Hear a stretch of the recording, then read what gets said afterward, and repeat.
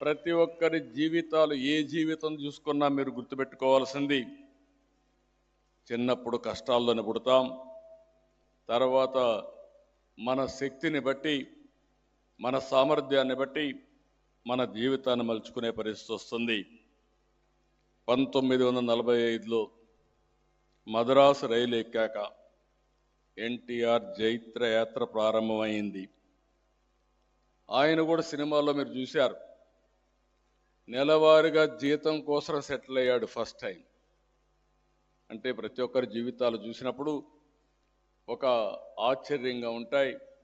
అలాంటి జీవితాన్ని ప్రారంభించి మళ్ళీ చూస్తే ఆ రోజు మద్రాసు వచ్చిన తర్వాత ఎల్వి ప్రసాద్ గారు, నాగిరెడ్డి గారు, చక్రపాణి గారు మొదటిసారి సహకరించడం, సినిమాల్లో అవకాశం ఇవ్వడం.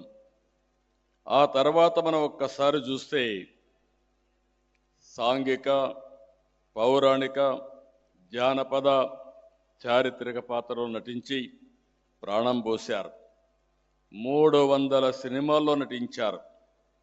ఏడాదికి 10-15 సినిమాలు.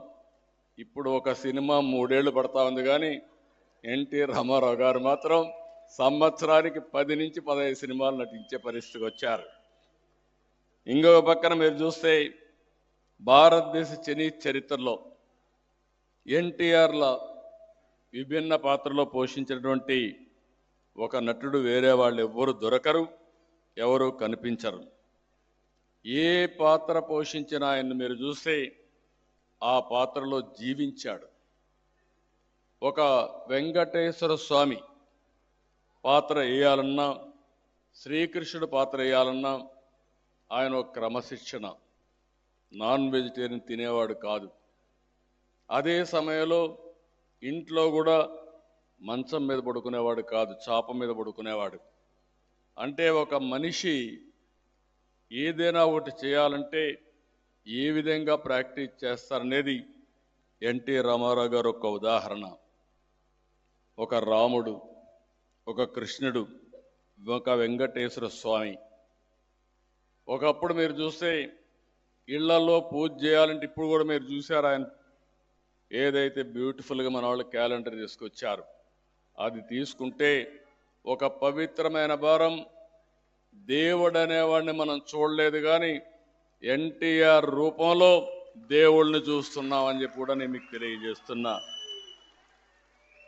ఒక పక్క నేను చాలాసార్లు ఆయనతో డిస్కషన్ వచ్చింది. నేను అన్నాను, మీరు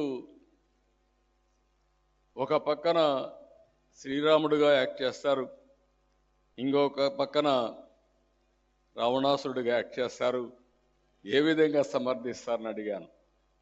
ఒక పక్క శ్రీకృష్ణుడు చేస్తారు, ఇంకొక పక్క దుర్యోధనుడిగా చేస్తారు, ఏ విధంగా సమర్థిస్తారని చెప్పి అడిగాను.